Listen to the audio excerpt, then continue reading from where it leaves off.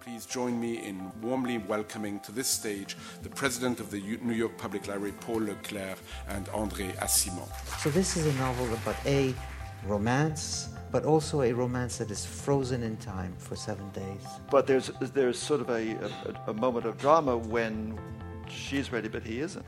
These are two very ambivalent human beings.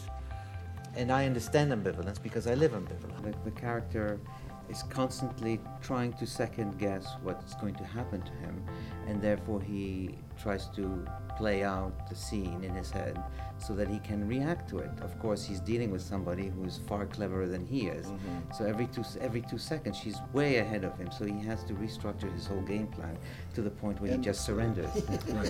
And then he says, well, the only way to surrender is by saying, I'm in love. And I don't want to say that. This character has nothing. He doesn't even have a name. I didn't want to give him a name. He doesn't have a religion. He has no real cultural affiliation that you can recognize. He has no profession. But why have you made him 28 years old? Why did you feel that age was necessary?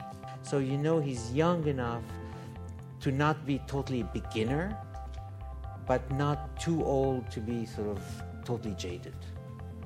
The reason why I removed those is that I didn't want to write the kind of novel where you have all these things to help you. And I'll ask this question of the audience.